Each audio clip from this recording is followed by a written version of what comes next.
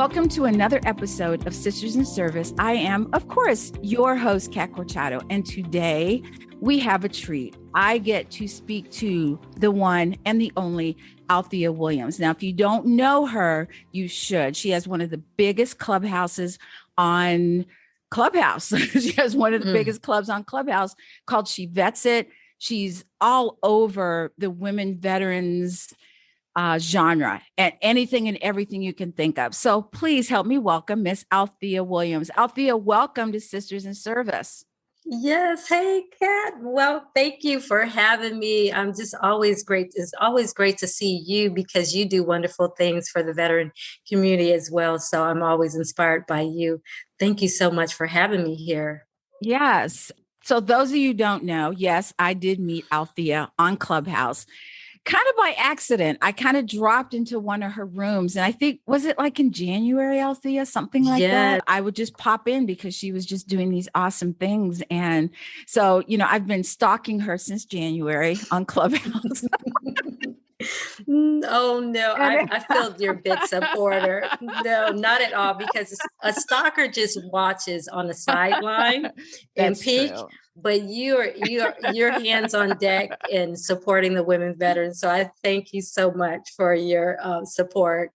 Well, you're doing such great things and you're going to continue to do great things. But first of all, what I usually ask, especially my veterans, is what branch of service did you pick?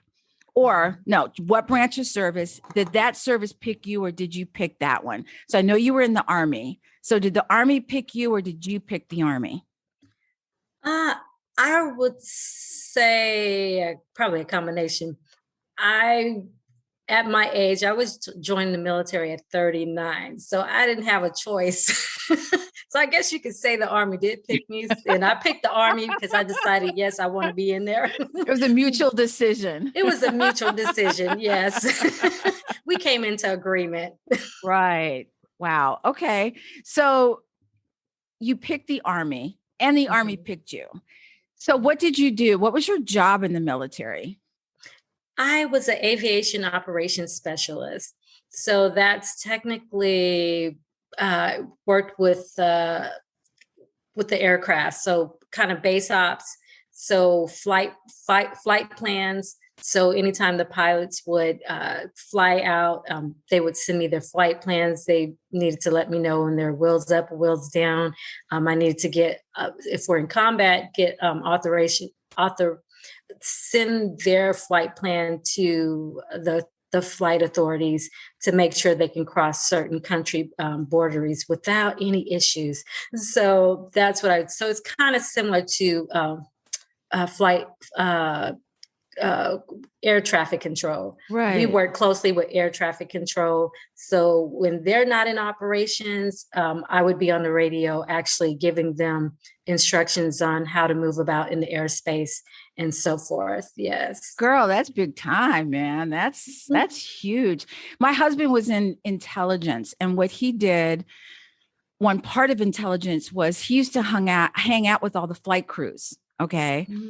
And so he got to go to all these clubs. He never had to worry about buying drinks because they would buy drinks for him and everything. But what he did is he would let them know what kind of aircraft to look out for. So certain aircraft have certain markings to say that they are either friendly or not friendly. And so even today, he'll look up and go, yeah, it's a F-18, or that's I'm like, how do you know? He goes, I could tell by the sound. And I was like, that's really annoying. But he makes fun of me because I don't know what the aircraft are, even though I was in the Air Force. So I'm like, you know what? I said, I didn't fly them. I didn't maintain them. I didn't load it. I don't need to know what it is. Yes. It's so interesting because like when I look at the airspace now, I think of it different because we have a highway and streets here. Well, the airspace is the same way. It's invisible to us, but those that might be in the tower, we know that if you're going north, that might be the airspace Sierra, that might be the highway Sierra. So they give different avenues and highways, right. and then certain people, like where I'm at, is controlled by a location. So so you can't just cross certain airspaces Yeah, you without can't just go up authorization. there and say, I'm going to fly. You have to Yes, clear everything, because if where I live at right now, someone fly over my head, they actually had permission from someone that controls this airspace that it's okay Right. to fly over there. And even if you want to fly a balloon or different things like that, Drones are huge drones, now. Yeah. you have to You have get to get clearance. authorization. Yeah. Clearance, yes, Wow. definitely. So how long did you serve in the Army and what was your transition like after the Army? It was a little short of 8 years. And so my transition was a little different, not what I expected, because I kind of foresaw me being in the military a little longer. However, I was in Germany and I ended up with a traumatic brain injury. I was in a head-on accident in Germany. So I didn't know right away that I had a traumatic brain injury, but I knew there was some things going on, and it's just a lot of different things that were going on. So I knew uh, at some point I needed to get some more medical treatment. However, I end up unexpectedly, I kind of had a blackout. I was on my way to work. And so this particular day, my husband drove. Thank God he drove to work and drove me to work. And for some reason, I would start seeing double and I lost consciousness. And I ended up in a German hospital for a week. And so then they were still trying to figure out things. And so I kept having these TIA symptoms, was traumatic ischemic attacks. They were like mini strokes where sometimes I can't write my name or just different things would be going on weird. I would leave my purse or leave my credit card in places. It was just weird. It was just like I just kept leaving and losing things. I would forget people. So so at that point, they just sent me to watch or read. They sent me over to watch or read, and then that's when I found. I think that was after. That was like maybe a little short of a year. They figured out when they did the MRI. In fact, I did have a traumatic brain injury, so I stayed and watch or read for. I was stationed. They sent me to a WTU over in Fort Belvoir, and then watch or read is where I end up getting my brain therapy. And so that kind of led me out in the military. I knew I needed to get some, I knew my transition was going to be a little different because I know my friends wasn't going to understand.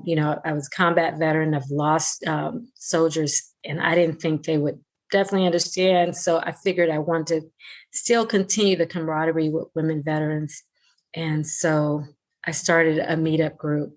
Did you Yes. find that after your transition that you were a different person? And I'm not speaking about the PTSD or the TBI, but sometimes when, you go into the military and you come back and you see things so differently than before you went in. And this is especially of people who are in a kind of a smallish town or a small city. And they, Mhm. people who were born there, went to school there, grew up there, got married there, had kids there, et cetera, et cetera. Did you see it any differently after being in the military? I did. And that is actually why it inspired me to create SheVetsIt. And that's because getting out of the military, I felt institutionalized. I felt that I've kind of lost my identity of who I was. And I felt kind of lost for a minute, how I wear my hair. Like even now I have it in a little ponytail, but that's because the military, I even have to mentally force myself to wear my hair down, look different, wear the red lipstick. Matter of fact, wear green lipstick, do something different with your Do nails. something Yeah, different. I went somewhere yesterday. I wore green lipstick, not because green is my style, but I was like, I could do this. You You know, can. Yeah. yes, Freedom. exactly. So it was just really trying to tap back into who I was. And so I was coming out feeling institutionalized and not to make it a negative thing for the military, but I'm saying because the military, we do sign up to put our life on the line, to serve the military. And when you serve, you are putting yourself last, and you're putting whoever that is that you're serving ahead of you. And that's what I did for 8 years. And so for 8 years, the consequences was feeling institutionalized, and I didn't have a mentor to show me how to balance that. And I joined at 39. So I knew at 39, if I felt that way, I knew that young girls that were getting in that haven't yet formed their identity of knowing who they were, I know they would have challenges. And as you know, the numbers of suicide is really, is one too many. And so, and then we're the fastest growing rate of the homeless population, which means that somehow there's some gaps that need to be filled. And so, like I said, I came out institutionalized to feel, I'm now disabled. I fractured my back. There was a lot of different medical things that were going on, and I have a traumatic brain injury. So I function mentally different. And I call it now not my disability, but my different ability. So, experiencing PTSD and how I need to work with that. So building the community of SheVetsIt really was out of what I needed. And I felt, well, let me build this community out of what I need, because I know if I need it at my age, I know everybody else need it. And so as a result of putting out there what I needed in these rooms and these spaces, is also listening to the needs of other women and what they're saying. So I'm adding what I need to what everybody else need, and we're bridging the gap together so that we all have those needs fulfilled. And if that's resources, if that encouragement, if that's educating each other, iron sharpens iron. So finding women that are sharpened, and even if people come in and they're not quite there, but that if they're with us long enough, they're going to be inspired to start that business. They're going to be inspired to change their mindset. They're going to be inspired to not let their disabilities keep them or hinder them from living a life that they're able to live, and not letting PTSD change them. Like my sister Isna says, she says PTSD is pushing through storms daily. And for me, I said my TBI, I'm not even going to say my TBI, but TBI for me is to be an influencer. Yes. So I use those words, and that's my superpower. My superpower is my TBI, and that is to be an influencer. To be an influencer. I love it. Yes. I love it. Mic drop. Just to say that for that. But it's hard to be everything to everybody. You get out and you're like, I want to do this and I want to help this person, I want to help, but there's so many ways you can help. And I think sometimes, people go, well, what do you do in Clubhouse? And I said, well, sometimes I listen, sometimes I learn, and sometimes I speak, because I have something to say. And I think sometimes, especially women veterans, because we've all been in an organization that supposedly helped women veterans, and it turned out to be this little cliquish kind of thing, and it just didn't feel good to be there. And so you want a place where you feel good, people fill your cup, you feel safe in that environment. And I think I think SheVetsIt is one of those rooms where you can, you feel like, people are pouring into you, and we all need that. So for our listeners, for those women who are listening, who maybe they're suffering from PTSD, maybe they're not sure, what were some of the things that happened to you that you realized was PTSD, or did you know? I really actually didn't know. I knew I was having symptoms of PTSD probably as soon as I got back. I know as soon as I got back, I was like, I'm going to church. I'm just so glad that I made it here. I knew that before I went to Afghanistan, I said that I wanted to go back home, go to California, go here, there. And they gave us a whole month to do all that. When I got back, I did none of that. I didn't want to be around family. I didn't want to be around family. And I really just wanted to be around my military friends, because I felt like they were the only ones that I could feel normal around. Everyone else was, they understood. Yeah. Everyone else is like, something wrong with you. And I'm like, and I don't want to be around nobody that thinks something Yeah, wrong with me. exactly. So I'm like, okay, you're obviously not part of my tribe, because everybody that in the military that I'm around, we all seem normal. Yes. So I knew something was wrong, because I was going to go to church. And as soon as I was going to go to church, I end up having like a panic attack. And so I was like, okay, whew, okay. And then I end up around that week, I start having vertigo. Like Mm. my vertigo start getting really bad. Like I start getting dizzy, just a lot of different things. And then, my dreams and things like that. And then it was something else that happened. I was in Germany. So, like maybe 6 months later, I relocated to Germany. And I remember I was in a project management class, and, I was typing my paperwork and doing everything. And there was a festival downtown, and I lived like maybe a quarter of a mile from downtown. And so anything going on downtown, I'm going to hear it. And I just got there. Mind you, I'm still in combat. Like, okay, I'm in Right. Germany. Our complex where we live are guarded by Germans. And so I'm still in that mindset of not trusting, I'm in a new country.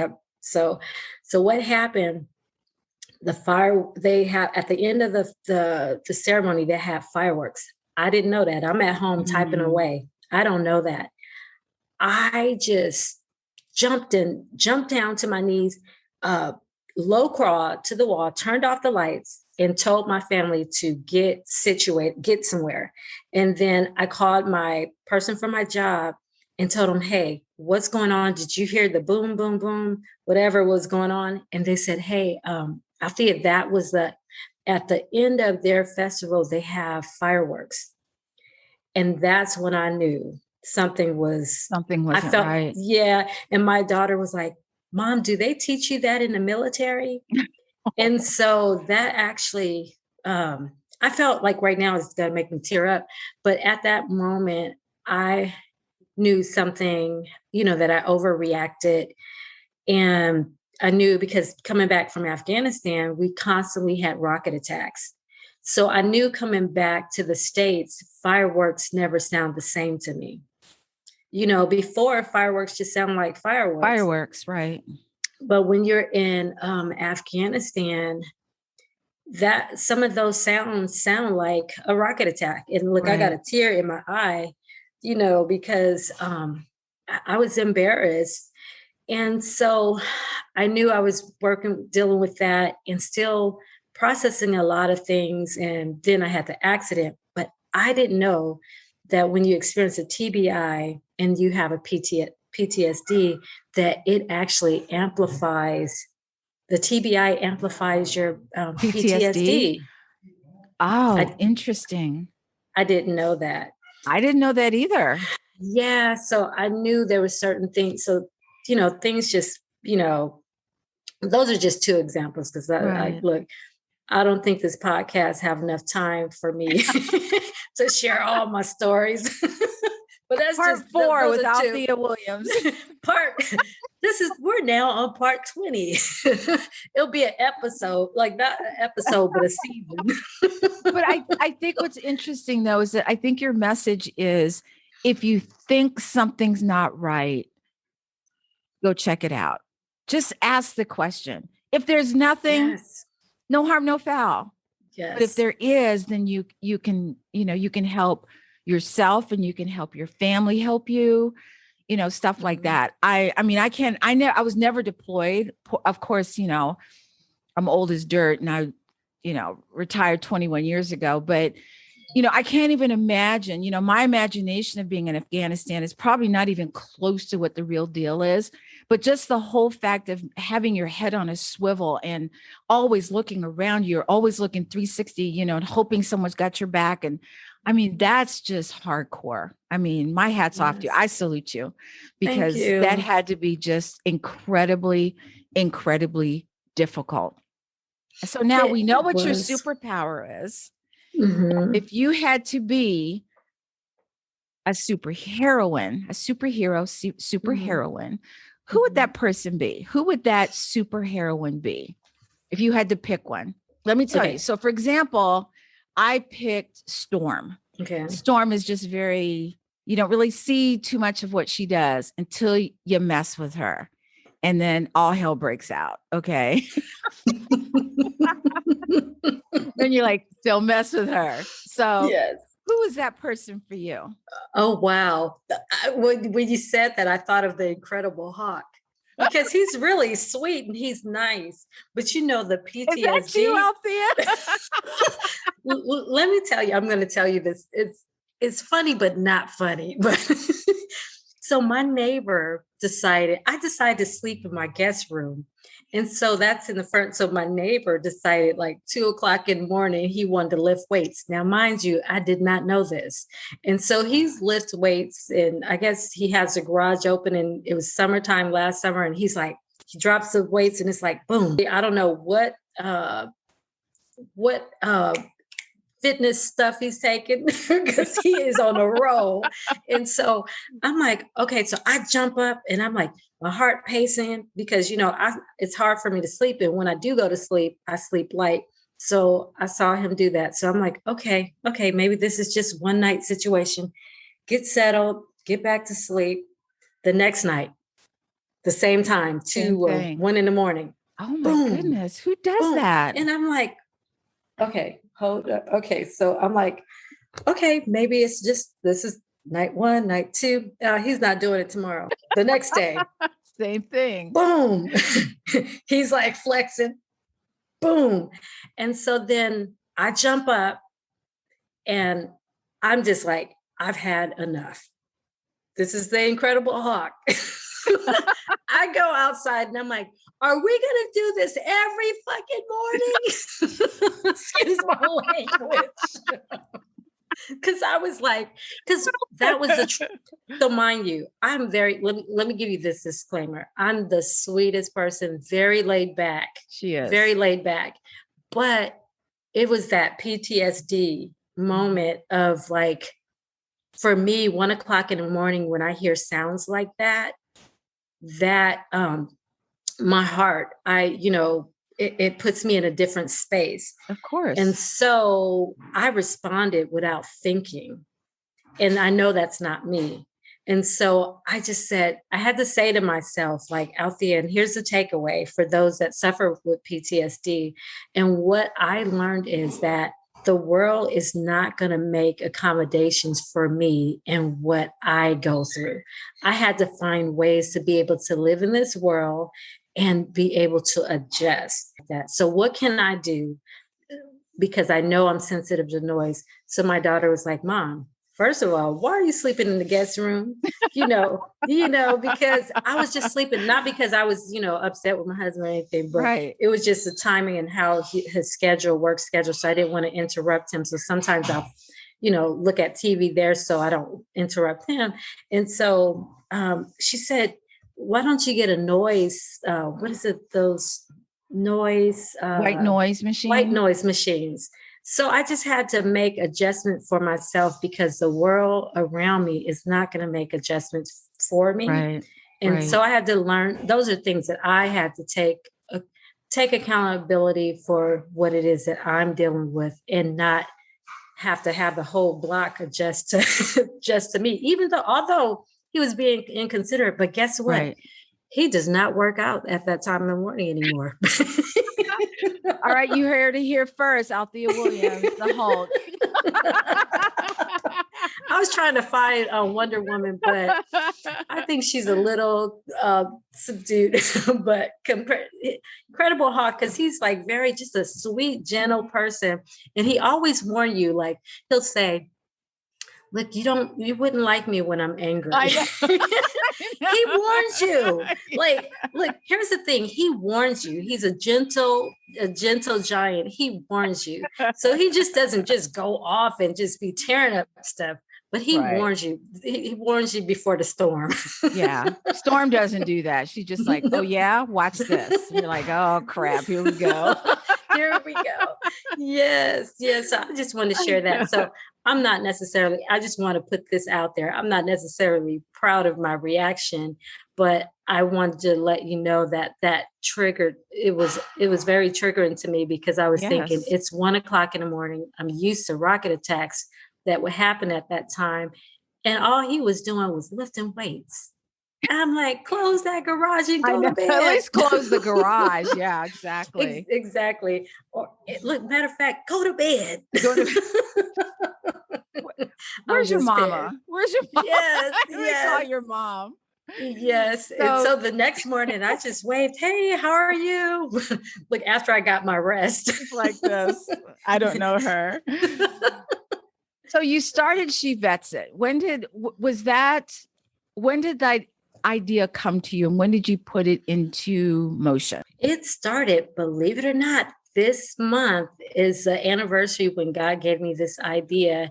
Oh my And what goodness. what happened was I ended up with a traumatic brain injury. And then after that, I went to an 8-week program where I was learning more about dealing with trauma, because they understood that with my TBI and PTSD, some of those symptoms were merging together, and they wouldn't be able to carefully work on the issue of my TBI if they didn't get my PTSD under control, the anxiety, depression, and different things under control. So I was in this room and space with women for 8 weeks, and the camaraderie. We went from childhood to All all the the way way to the through. all the way through, and we cried. There was days that we cried, and I just loved the camaraderie that we had, the transparency that we had with one another. Yes. And it was just something about, just other women in arms. And I knew it was coming to an end, and I was like, man, I'm about to leave the military, I need this. And so I started a meetup group.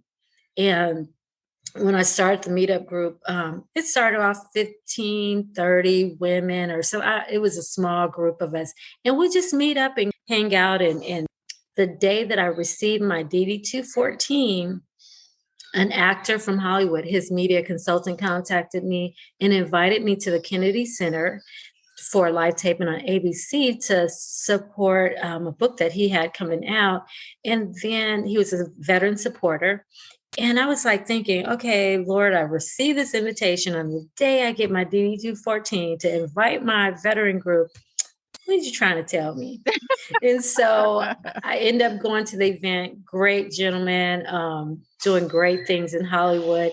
And guess what? He's running for governor now in California. And Wow. so he let me know. He's like, well, if you ever need anything, let me know. He comes from a family of veterans. So I was like, okay, God is trying to tell me something. Then PBS contacted me, and I'm like, okay, Lord, what are you saying? Because this is not. And I would have, This isn't normal. yes, I would have universities, I would have travel organizations. Can we talk to your group? I'm like, look, I am not. No, you guys are not talking to the group, because we're just trying to just do We're simple just trying to things do and move it. stuff. Yeah, easy Yeah, stuff. Yeah, easy fun stuff. stuff. Yes. So then I just then I knew. I was like, okay, God kept bringing people, casting directors of films and different things. So I'm like thinking, okay, you know what? I think you're trying to tell me something. So I started doing a web page, the Instagram page under Veteran Women Rock. And I started putting a resource page together and putting information in there. If I hear about a retreat for veterans, and I will follow different organizations, they'll send me, inbox me information about their groups for veterans. And I would just post it on my page. And I just did it consistently for 4 years, I believe. And I did it consistently. And then when I jumped on Clubhouse, and I decided, okay, I'm going to move it to Clubhouse, and let's see what this Clubhouse. I'll start a club, SheVetsIt. And I knew doing SheVetsIt, I wanted to be very intentional. So I was like, okay, Exactly. how am I going to do this? I just didn't want to put together a room where we just chit chatting and that's it. About anything. I've been in It rooms was, that were like 3 hours, and I'm like, really? yes. So Really? yes. So I didn't want to do that. And at the beginning, it was probably like that. We're going to the movies, doing whatever. But on Clubhouse, God had focused my mind to be very intentional about the rooms and what he wanted me to do with SheVetsIt. So then that's why I started doing rooms on having rooms on Wednesday, mental health and wellness, Boots to Business networking group. Not the same as the SBA, but it's just for us to come together in spaces to share our entrepreneur journey, have different guest speakers. Wednesday will focus on mental health, having speakers that will talk, maybe a mental health advocate or a mental health therapist or psychologist come in and talk about various topics on boundaries, on anxiety, different things like that. We have Shannon Klutz, and she does our Expression House, where she does mindfulness journaling. So using word prompts, words of affirmations and things like that. And then this morning, I know we have a lot going on in the world, and God just put in my heart to do a room on morning praise, prayer, and affirmation. Have a praise report or different things like that that's going to help each other. Like I've had people come in this morning and just receive news about having breast cancer. Yeah. And I was like, wow, okay. So then another woman who is, in the ministry, she prayed. She led us in prayer and prayed for her and gave her words of encouragement. And we just did that this morning, just before I started with you. And I'm just so grateful for the space, because I'm always prayerful too about the space, that those that come in the room, that they'll get something that they need, especially with the pandemic. We're so, some people are still not out there. And so this space for those that are extroverts, that need that interaction, Clubhouse is really a great space that kind of give you that connection with people, where you don't feel like you have to be out there in the streets to have a connection. And I think it's a different connection. You can hear their sincerity, or insincerity, depending on who it is, but you hear them and you think, oh, I want to know more about that person, or I don't want to know about that person at all. Here, there's no fronting, as you call it. Yes. It's someone comes 100% or they just don't come at all. Exactly. You decide whether or not you want to be in that room or not. And that's what I love about Clubhouse, is that I get to come in and be a fly on the wall and listen and learn, or give some information if I have information to give. So Althea, how can people find you, or the SheVetsIt Club? Where can people find you if they want to be involved? They want to know more about SheVetsIt. They want to be in your rooms. You're everywhere all the time. So, oh, well, I'm glad you're following me. So I appreciate that. They can find me on Instagram under SheVetsIt. Well, it's actually she_vets_it. And then I'm on Facebook, Twitter, on Clubhouse. The club is SheVetsIt, but you can follow me, Althea Williams, and my Clubhouse handle is A William, no S, 98. And I would say, to add to what you said, Kat, is that I am not, what I am trying to build with SheVetsIt is a community where all women veterans come together. I don't care about your background, your sexuality, your religion, your race. The biggest thing for me is respect. yes. That women that come into our space is respected and valued. I'm not about the clique. Now, you might find regular people that come in on the regular, but I really, really am not that the cliquish part, unless it's a clique of women that build each other up. Exactly. So of positive energy. So I'm always looking for women that are willing to come into SheVetsIt. Even if you're in a low place, you have no choice but to move up, because that's where we are. We're not going to keep you there. Right. We're not going to let you stay there. We got to be conscious on how we show up for women in our lives. Good relationships, it flows. I'm pouring into you, you pouring into me. Whenever you're in my space and I'm in your space, we feel motivated to keep going, Yes, life will knock us down, but when we have each other, it won't knock us out. So that's what I want to add. Yes. That's potent. And on that note, I think that's a perfect place to stop. Althea, it's been such a pleasure having you on Sisters in Service, and you're just doing big things, which is why I really, I asked you to be on the podcast. I want to be like you when I grow up. Because I haven't grown up yet. Look, I'm trying to be like you. I'm following in your footsteps because you're doing amazing things on your own. Oh, thank you. So for all my sisters in service out there, I hope you got to know a little bit more about Althea. Please follow her, come into Clubhouse, drop into one of her rooms or all of her rooms, and just listen. You don't have to speak. You don't have to do anything. Just listen. In the meantime, I hope everyone stays safe. Please take care of each other, and we will see you again soon. Thank you so much for having me, Kat. I appreciate you. You're so welcome. I appreciate you too, Althea.